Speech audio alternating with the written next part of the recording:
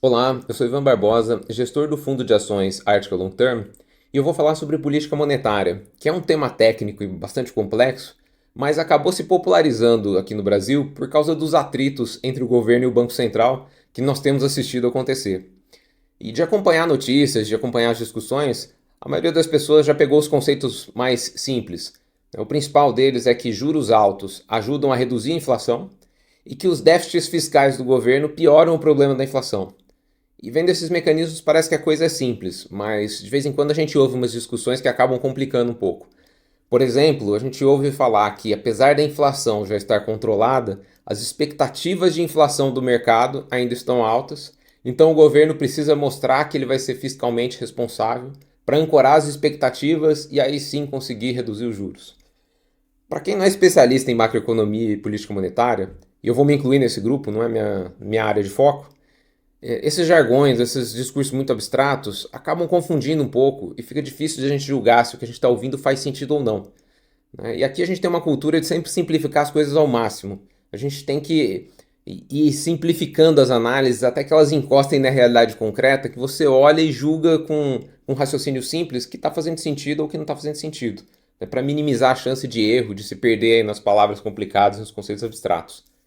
Então eu vou falar um pouco sobre o que é o meu entendimento sobre política monetária, o que está acontecendo aqui no Brasil e como é que nós lidamos com os nossos investimentos nesse cenário. Começando de um ponto bem básico, que é a taxa Selic, que a gente ouve falar que o Banco Central está subindo e descendo a Selic. O que é a Selic de fato? Os bancos do país, a principal atividade deles é captar dinheiro no mercado, incluindo com você aí, através do seu saldo que você mantém em conta corrente, das CDBs que você já deve ter comprado um dia, e emprestam esse dinheiro para empresas e pessoas a uma taxa mais alta. A diferença dos juros que o banco paga para você ou para qualquer um que tenha emprestado dinheiro para ele e a taxa que ele cobra da empresa para quem ele emprestou dinheiro é a principal fonte de receita operacional do banco e é chamado de spread bancário. Essa diferença entre as taxas que ele empresta e que ele toma emprestado. Só que nesses fluxos de entrada e saída de dinheiro no banco, que são milhares e milhares de pessoas ali emprestando dinheiro para o banco e tomando dinheiro emprestado do banco, é muito comum que no final de cada dia ou sobre caixa, ou sobre dinheiro no caixa do banco, ou falte caixa. Só que num banco não pode faltar caixa, ele não pode terminar o dia com saldo negativo. Então ele precisa dar algum jeito de acertar essas contas, né, para que todos os bancos fechem com a conta positiva. Só que isso é difícil de acontecer, é um sistema super complexo. Então, para resolver esse problema, foi criado aqui no Brasil o que é chamado de Sistema Especial de Liquidação e Custódia, que a sigla é Selic, é daí que vem a taxa Selic. Esse sistema permite que os bancos façam empréstimos entre si, e o Banco Central é incluído nesse sistema, tá? Ele é um dos principais agentes. Geralmente esses empréstimos são feitos com prazos muito curtos, existe inclusive o overnight, que é por um dia só, e são garantidos por títulos públicos. Então é uma operação super segura, porque tem um título público como garantia e ela é de um prazo super curto. Então você pega dinheiro emprestado hoje para pagar amanhã. E a taxa que é cobrada nesses empréstimos diários garantidos por títulos públicos é a taxa Selic. E ela é considerada como a taxa base da economia porque é a taxa cobrada em operações de crédito com o menor risco possível de se fazer no país. E essa taxa, em tese, ela poderia ser definida livremente pelo mercado, por oferta e demanda pura. Só que o Banco Central é um dos principais agentes nesse sistema de liquidação e custódia, na Selic. E como ele é muito grande, a taxa que ele pratica acaba sendo uma referência muito importante para a taxa do mercado todo, né? Então, o que o Copom decide, que é a meta da Selic, é a taxa que o Banco Central vai praticar nesse sistema de empréstimos diários. E como ele pratica essa taxa, todo mundo acaba convergindo para muito próximo disso, né? Então, esse é o mecanismo que o Banco Central tem para determinar qual é a taxa básica de juros. Ele escolhe qual é a taxa que ele vai praticar dentro do Selic e o mercado todo acaba se ajustando com essa referência. Isso acontece porque se você tem a opção de emprestar para o Banco Central na taxa Selic, não faz sentido você emprestar dinheiro para qualquer outra pessoa ou empresa a taxas menores. E como o banco ainda precisa constituir o spread bancário, né, para cobrir os custos de operação dele, para remunerar o capital próprio do banco, todos os empréstimos, exceto empréstimos subsidiados, vão ser feitos a juros mais altos do que a Selic. Então, quando a taxa Selic sobe, todo o dinheiro emprestado no Brasil fica mais caro.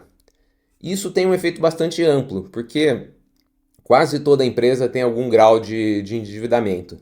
Então, quando as empresas passam a ter um juros mais alto, ou elas gastam mais, arcando com esses juros, ou elas começam a amortizar essas dívidas, começam a pagar de volta para o banco a dívida para que ela não tenha esse custo tão alto. E com isso, sobra menos dinheiro para a empresa investir em qualquer coisa, em crescimento, em pesquisa e desenvolvimento. Ela fica com menos capital disponível para outras coisas, né? Então ela acaba crescendo menos. O crédito para o consumidor também fica mais caro. Então todas as compras financiadas ficam mais caras, aumenta o preço delas, incluindo as compras que a gente vê bastante em varejo de 12 vezes sem juros. Aqui 12 vezes sem juros não existe, né? Quando você vê alguma coisa que a 12 vezes está o mesmo preço do à vista, quer dizer que o preço à vista tem os juros embutido, né? Sem o desconto. O financiado, alguém tem que financiar esse custo do dinheiro no tempo, né? Então os juros impacta também esse tipo de operação que aparentemente não tem juros. E com os preços dos artigos financiados ficando mais altos, a tendência é comprar menos. E pela lei de oferta e demanda pura, né, que o preço é definido pelo equilíbrio entre a oferta e a demanda de um determinado item no mercado, quando a demanda diminui, os preços caem. E é assim que juros altos fazem a inflação cair, que ele reduz a demanda, então os preços diminuem de acordo com a redução de demanda.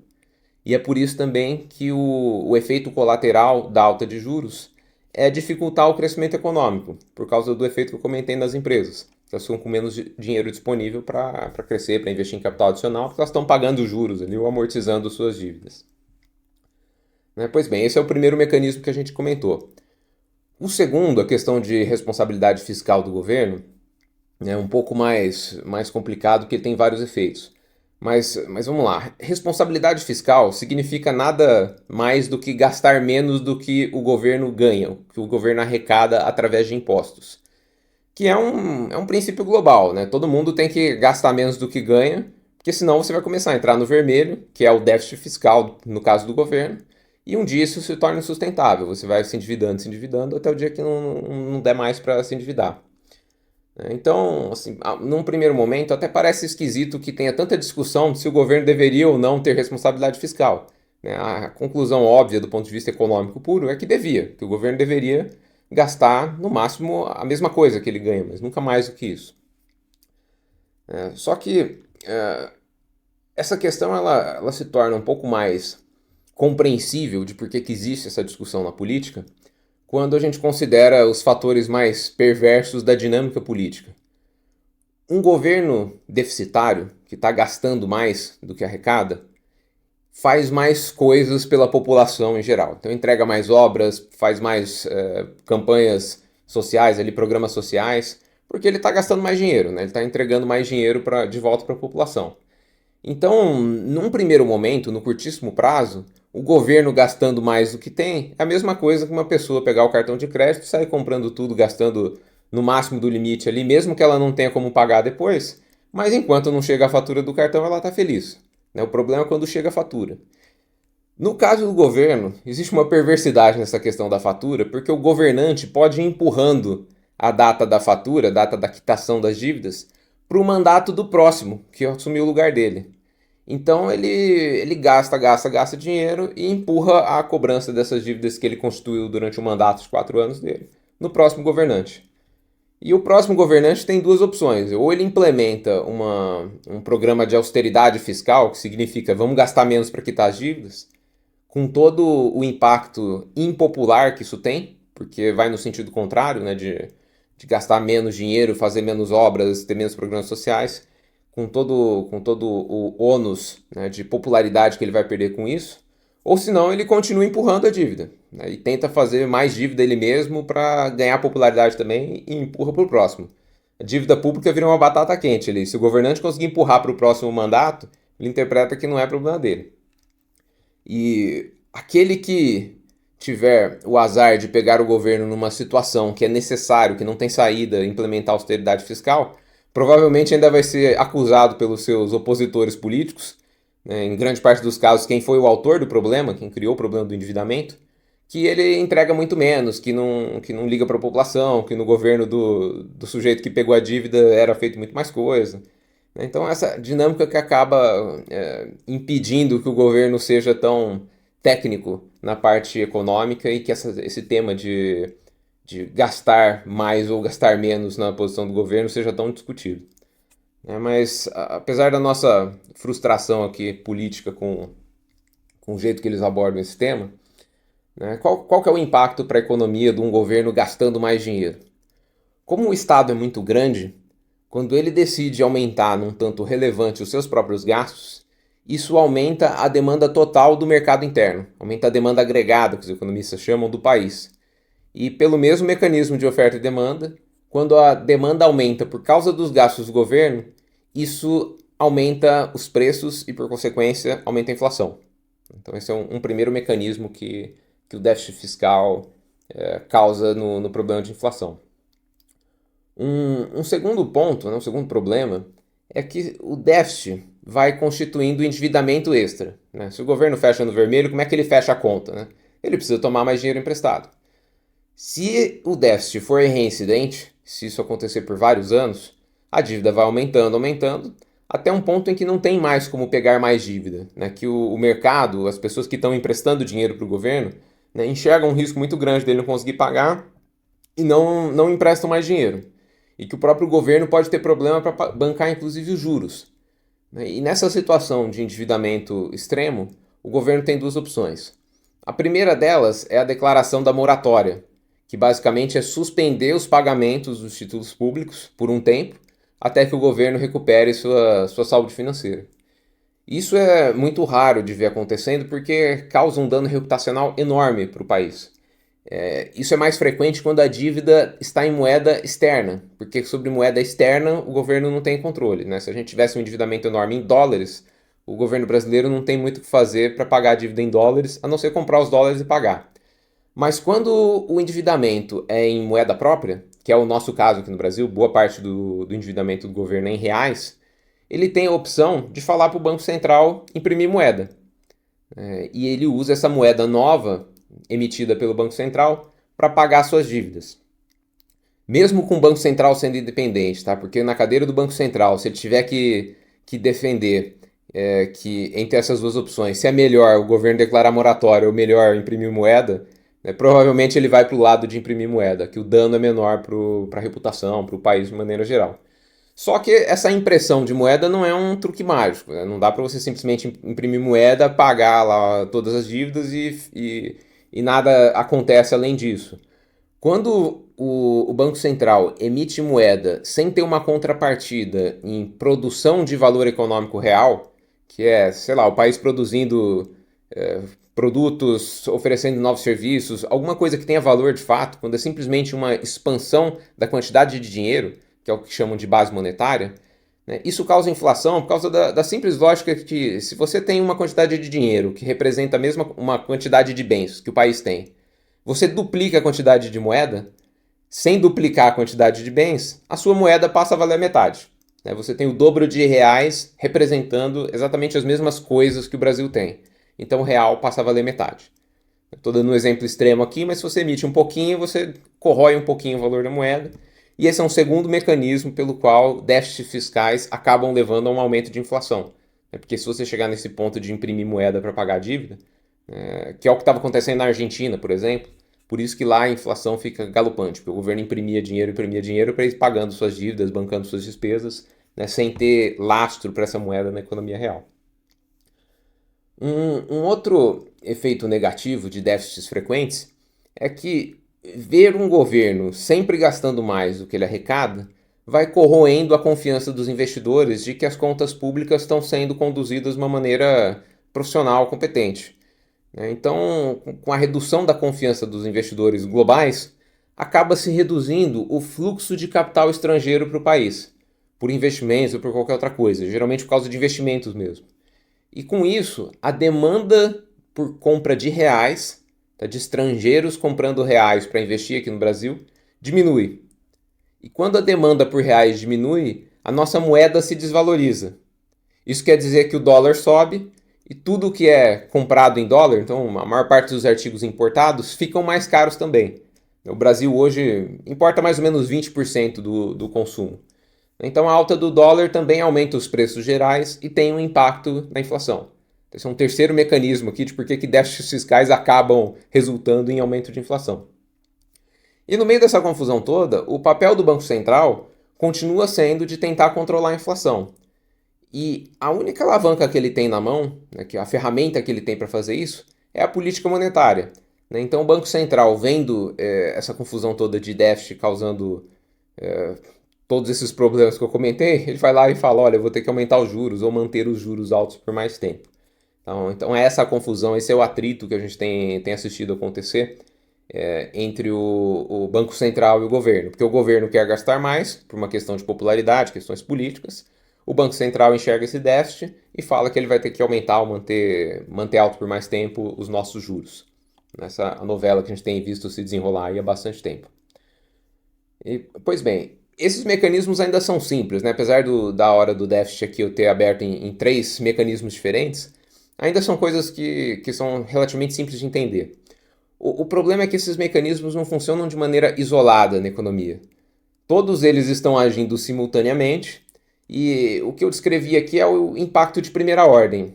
Tem alguns impactos de segunda ordem, impactos indiretos na economia também quando essas coisas acontecem. Por exemplo, a questão de que juros reduzem a inflação. Num primeiro momento, isso sempre é verdade, né? Você desacelera a economia, diminui a demanda e diminui a inflação. Só que a alta dos juros aumenta também o gasto do governo com os juros da dívida pública. E se o governo está gastando mais dinheiro com juros, fica mais difícil ele ter superávit, né? Dele fechar no azul e não no vermelho. É o mesmo problema que as empresas enfrentam quando a dívida está cara.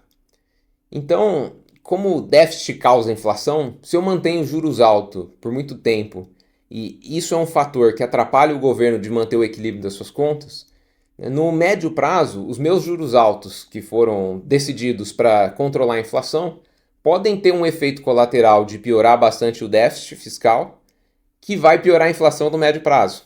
Então é como se fosse um remédio dado em dose muito maior do que o correto, né, que causa um efeito colateral indesejável de piorar a própria doença que você estava tentando tratar. Né, e a questão de determinação de qual que é os juros também não é uma tarefa muito simples, porque em tese, em teoria, o Banco Central tem um modelo matemático que calcula qual que é a taxa neutra de juros, que é a taxa em que o Banco Central não deveria ter nenhum impacto no crescimento da economia. Né? Não deveria estar acelerando nem desacelerando o crescimento econômico por causa da política monetária. Então o Banco Central olha essa taxa teórica e se ele quer desacelerar a economia, ele aumenta um pouquinho a taxa, se não, ele abaixa um pouquinho a taxa.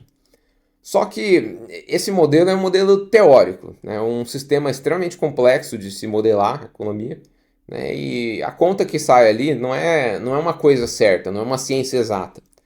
Né? Então, apesar de ter essa referência técnica para decidir qual que é a taxa de juros, o Banco Central vai dando passos pequenos e vendo o que acontece na economia na prática. Então é um pouco de tentativa e erro ali. Né? Por mais que tenha sofisticação envolvida ali nessa determinação, ainda é tentativa e erro. Por isso que a gente vê o Banco Central fazendo as coisas sempre devagarzinho. Ele aumenta um pouquinho a taxa e vê o que aconteceu na economia. Abaixa um pouquinho a taxa e vê o que aconteceu na economia. E assim ele vai calibrando a taxa de juros até enxergar na economia o que ele esperava, o que ele queria que acontecesse.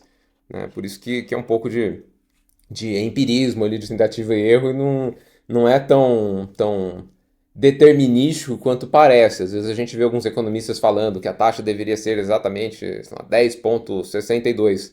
Eu não acredito que exista essa precisão. A coisa, essa calibragem fina, você consegue ver se teve o impacto esperado ou não depois que você define e vê o retorno. E a questão das expectativas, né? A expectativa é outro ponto complicado, porque é um elemento subjetivo, né? O que as pessoas esperam que vai acontecer no futuro, mas o efeito dessa expectativa é real. Porque quando empresários e investidores acham que a inflação vai subir ou vai continuar alta, eles incorporam essa premissa nos seus cálculos e vão tomando decisões de negócio de acordo com isso. Então, os empresários que estão ali na linha de frente dos negócios podem, por exemplo, aumentar os seus próprios preços de venda, né, antecipando que ele vai ter uma alta de custos. Então, que se ele não se defender, ele pode se dar mal mais para frente. Lembrando que inflação não é um negócio que que acontece de imediato em todos os lugares. Eu escrevi uma carta sobre isso há muito tempo atrás, em 22, que falava do mecanismo de propagação de inflação. Mas ela surge num determinado setor e vai se espalhando para os próximos, né? Vai se espalhando para quem compra os insumos desse setor. Então, se você acha que vai ter inflação, não necessariamente você vai esperar ela acontecer com você para começar a aumentar os seus próprios preços. E do lado dos investidores, né, eles passam a exigir taxas de retorno um pouco mais altas para compensar o risco de negócio que existe num ambiente onde a inflação é incerta. E o risco aqui, simplificadamente, os seus custos subirem mais rápido do que você conseguiu repassar preço. Que significa que você vai reduzir sua margem, reduz o lucro, o investidor ganha menos dinheiro. Se ele não sabe exatamente qual vai ser a inflação e ela está instável, fala, poxa, eu vou colocar uma gordurinha extra aqui, né, para garantir que o meu investimento vai ser bom, mesmo diante desse ambiente mais incerto, né, inflacionário. E com esses mecanismos baseados na expectativa que empresários e investidores têm sobre a inflação de verdade acaba se aproximando dessa expectativa de inflação. Vira uma profecia meio autorrealizável, né? Porque as pessoas agem como se fosse acontecer, então acaba acontecendo porque elas estão aumentando preços, né, em torno dessa expectativa. E o que guia essa expectativa? Né? De onde é que vem essas projeções dos empresários e dos investidores? Eles olham o que o Banco Central e o que o governo estão fazendo e dizendo que vão fazer. Porque são os dois grandes agentes que têm poder para impactar a economia de maneira relevante. Então, quando o Banco Central e o governo estão agindo de maneira coordenada, de uma maneira responsável, né, anunciando o que vão fazer e mantendo esse plano por bastante tempo, o cenário fica mais estável, né, porque o mercado entende que os dois grandes entes, né, no mercado estão agindo de maneira coordenada, organizada e constante, né, não errática.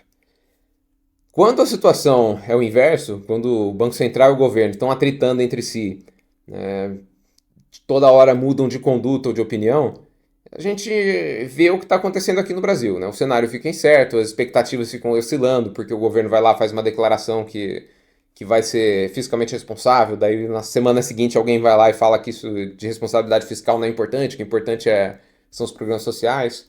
Aí fica um ambiente mais desorganizado e difícil de projetar. Como é que a gente age aqui nesse ambiente? Né? Como é que no nosso fundo a gente toma as decisões sobre investimentos? Em cenários muito complexos e instáveis, nós preferimos admitir a amplitude da incerteza do que superestimar a nossa habilidade de prever o futuro e começar a colocar números em coisas que são incalculáveis. Então, ao invés de ficar tentando projetar exatamente qual vai ser os juros daqui 6 meses, um ano, qualquer data que seja, nós buscamos investir em coisas que tenham um potencial de retorno bom, independente dessa rota exata que os juros e a inflação vão percorrer. Investimentos um pouco mais resilientes, que eu não precise acertar tanto esse cenário macro para conseguir ficar com um retorno ok. E os investimentos que nós fazemos, todo mundo sabe, eu vivo falando sobre a mesma coisa, né, propaganda do mesmo estilo aqui, que é ações de boas empresas que tenham vantagens competitivas sustentáveis, um histórico de alta rentabilidade no seu próprio negócio e um modelo de negócio resiliente, que não seja frágil a essas oscilações macroeconômicas que certamente vão acontecer. E qual que é a nossa filosofia de investir nesse tipo de ativo? Quando uma empresa agrega valor econômico real, quando ela produz alguma coisa que as pessoas querem, que as pessoas valorizam, ou ela presta um serviço que é importante para a população, independente desse ambiente político, econômico, monetário, ela tende a sobreviver e se dar bem, né? Porque ela está fazendo algo que vale a pena ser feito, que a população valoriza. Então é claro que quando o cenário macro estiver excelente, essas empresas vão melhor. Quando o cenário estiver confuso, estiver ruim, elas vão pior, como se fosse um vento contra ou um vento a favor. Mas o retorno médio que essas empresas têm ao longo do tempo tende a ser bom e trazer uma taxa interessante para nós. Então, esse que é o nosso foco, né? Identificar ativos com essas características que resistam a essas oscilações. Que aqui no Brasil a gente tem certeza que nos próximos 5 anos vai ter alguma outra crise. Né? A gente não sabe qual a intensidade, mas vai ter outra. Então é importante escolher ativos que sejam resistentes a essas pancadas macroeconômicas. E um conceito que eu gosto bastante, esse conceito não é nosso aqui, o Warren Buffett que fala isso e disseminou o conceito, é que existem coisas que são importantes e conhecíveis, que você consegue estudar, aprender e projetar, e existem coisas que são importantes, mas que são impossíveis de se saber. Nós acreditamos que variáveis macro, no geral, juros, inflação, câmbio, essas coisas todas, são importantes, têm um impacto relevante, mas não são conhecíveis. A gente não consegue projetar, não importa o tanto de esforço que a gente coloca em cima disso. Nem nós, nem o mercado no geral. A gente faz várias análises sobre a taxa de assertividade dessas projeções macro e são muito baixas. O pessoal erra muito, os especialistas erram. Não por culpa dos especialistas, porque o cenário é difícil mesmo. Então nós admitimos que esse negócio é muito difícil de se prever, né? Tratamos como algo incerto e o nosso tempo de dia a dia nós investimos em monitorar o nosso portfólio, né? Cuidar das empresas onde nós já estamos investindo e ficar estudando os setores que nos chamem a atenção por algum motivo e avaliando várias empresas. A nossa estratégia passa muito mais por identificar uma empresa muito boa, né, que seja listada, que a gente consiga investir, calcular quanto é que a gente acha que essa empresa vale, assumindo um cenário conservador, então assumindo que os ventos vão ser um pouquinho contra ela, e aí a gente fica esperando até um dia em que essa empresa esteja sendo negociada num valor muito baixo em bolsa, né, num valor que mesmo que o cenário seja meio ruim, que a gente ainda é capaz de ganhar um retorno ok. Aí se o cenário for melhor do que isso, se o cenário for mais otimista do que a gente estava esperando, o retorno vai ser muito melhor e excelente, né? O que vier acima da nossa projeção é sempre lucro para nós. Isso é o que eu acho que é possível fazer, não tem muito como ir além disso, né? Não existe uma técnica mágica que vai te dar a visão do futuro, né? Então você tem que se preparar para futuros alternativos e escolher um investimento que seja capaz de sobreviver e prosperar, né, em cenários variados. Tem bastante coisa interessante para falar sobre o efeito desses juros erráticos aqui no Brasil, principalmente o efeito sobre as empresas. E num próximo vídeo eu vou voltar nesse tema e comentar mais do ponto de vista da empresa, qual que é o mal de ter esses juros oscilante e alto em boa parte do tempo, né? Mas para esse aqui não ficar muito longo, eu vou encerrar este assunto por aqui, né? E lembrando que eu publico todos os meses, na primeira segunda-feira do mês, um novo vídeo aqui no YouTube. E para quem preferir ler, eu publico também uma carta sobre o mesmo tema no nosso site, que é artica.capital. Obrigado e até a próxima!